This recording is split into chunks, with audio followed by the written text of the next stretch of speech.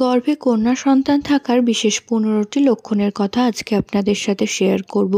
তো এই ১৫টি লক্ষণের মধ্যে যদি ৮টি বা ৯টি আপনাদের সাথে মিলে যায়, অবশ্যই ধারণা করে নেবেন যে গর্ভের আগত সন্তানটি একটি ফুটফুটে কন্যা সন্তান আসতে চলেছে। তো আজকে সেই বিষয়ে আলোচনার সাথে থাকতে হলে অবশ্যই চ্যানেলটিকে সাবস্ক্রাইব করে রাখবেন, কারণ প্রেগনেন্সি রিলেটেড নানান ভিডিও কিন্তু চ্যানেলে আপলোড করা হয়ে থাকে। তো প্রথমত যে লক্ষণ সেটা হচ্ছে হার্টবিট। গর্ভাবস্থায় গর্ভবতী মায়ের ফিটাল হার্ট রেট অর্থাৎ FHR দেখে কিন্তু ধারণা করা হয় যে গর্ভের আগত সন্তানটি কন্যা সন্তান না পুত্র সন্তান।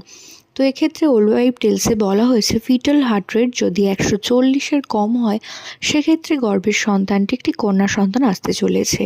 দ্বিতীয়ত যদি দেখেন, গর্ভবতী মায়ের পেটের আকার কিছুটা তরমুজের মতন মনে হচ্ছে এবং দেখতে কিছুটা মনে হচ্ছে যে সামনের দিকে না, পেটের ওপরের দিক জুড়ে রয়েছে, তো সেক্ষেত্রে ধারণা করা হয় গর্ভের সন্তানটি কন্যা সন্তান।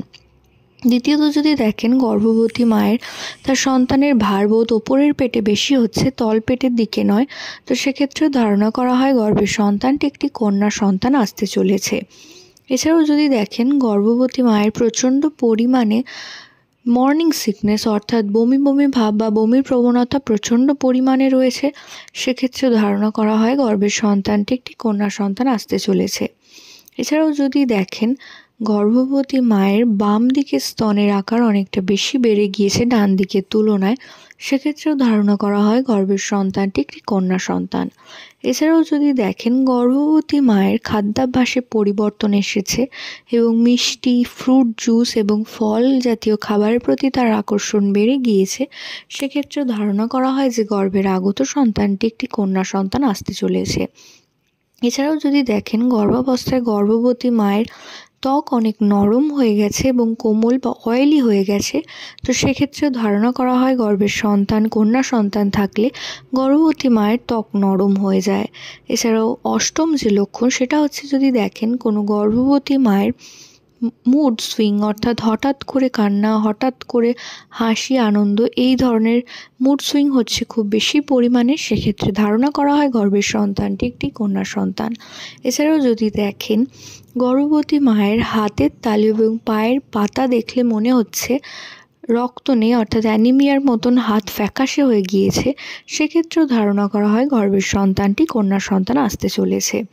এছাড়াও যদি দেখেন, গর্ভবতী মায়ের চুল অনেক পড়তে শুরু করেছে এবং চুল ওঠা শুরু হয়েছে প্রচণ্ড পরিমাণে, সেক্ষেত্রেও ধারণা করা হয় গর্ভের সন্তানটি কিন্তু ফুটফুটে কন্যা সন্তান আসতে চলেছে। এছাড়াও যদি দেখেন, গর্ভবতী মায়ের ডান দিকে শোয়ার প্রবণতা অনেক বেশি এবং তিনি যখনই শুচ্ছেন তখনই ডান দিকে কাত হয়ে শুতে বেশি পছন্দ করছেন, সেক্ষেত্রেও ধরে নেবেন যে গর্ভের আগত সন্তানটি একটি কন্যা সন্তান আসতে চলেছে।